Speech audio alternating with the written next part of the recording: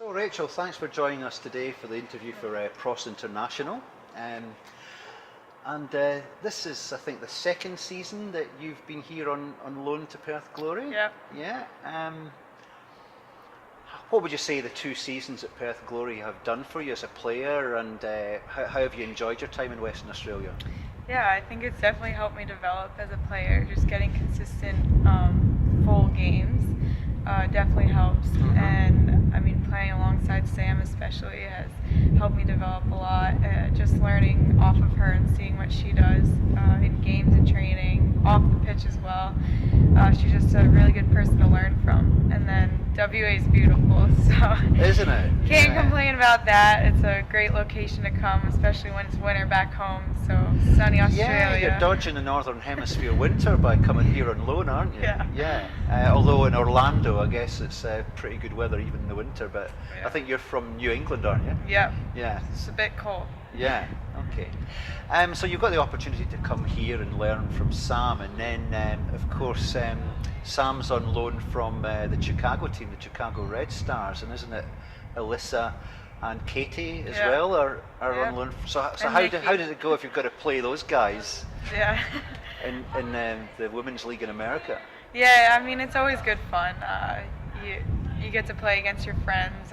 It's fun, but you always have a little bit more determination to beat them, I guess, and just to say that you did.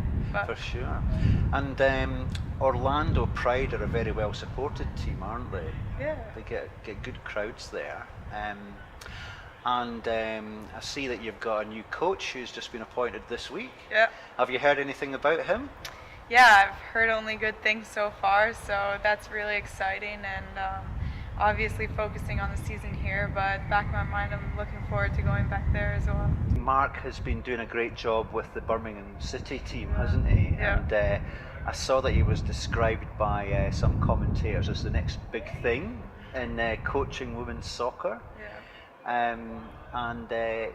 His coaching philosophy is about getting to know the person rather than the player. Yeah. How do you think that that would fit in with your own philosophy with soccer? Yeah, I think that's really important, especially coming here. Sam always says she's worried about who they bring in as a person before a player, more so with the internationals. And Yeah. I mean, it really seems to work.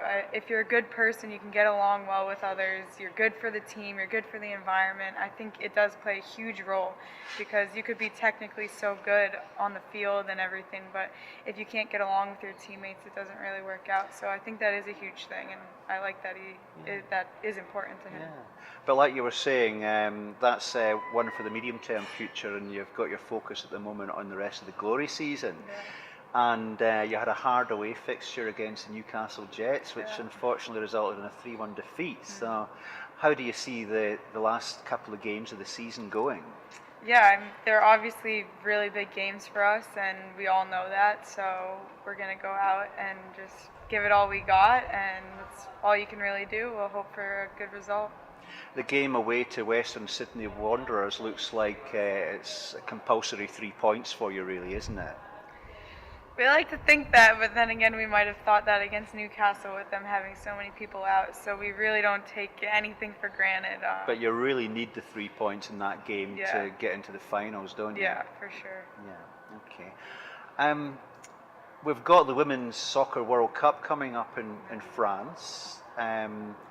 America have got a very competitive squad. Do you still have some hopes of getting along for that one, or...?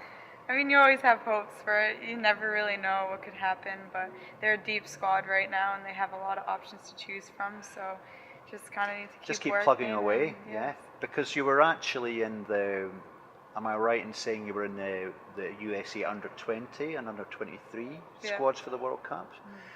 So you've had quite a long experience in soccer, because you've been playing it since you were a young girl. Yeah. What would you say are some of the outstanding memories for you in your soccer career up till now?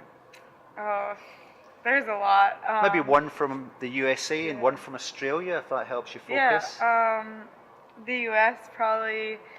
My first big tournament with them was the CONCACAF qualifiers and for the U20 World Cup, and we won that, so that was a huge highlight. It was Wow. the first time I really, on a big stage, got to represent my country, so that was really big for me. And then in Australia, it's been so good. I don't know. Maybe scoring my hat trick my first year against Brisbane. It was Oh really yeah, that would have exciting. been pretty Yeah. awesome. Yeah. Was that here or was that over in Brisbane? In Brisbane, yeah. Yeah. Okay. So how far is your future plan? Do you think you're going to be doing another season with us here in Glory for the 2019-2020 season? Yeah, I mean, you never know. I'd always love to come back. It's really great here, so definitely possible. Yeah. So we're just a couple of weeks into 2019. I don't know if you're the type of person, Rachel, that sets goals for the year, but if you have set goals, would you like to tell us what they are for 2019 or what your hopes are for 2019 for yourself professionally? Just to end this season on a high, really. Obviously, making the grand final would be ideal, and that's something we're all hoping for here, which would be incredible.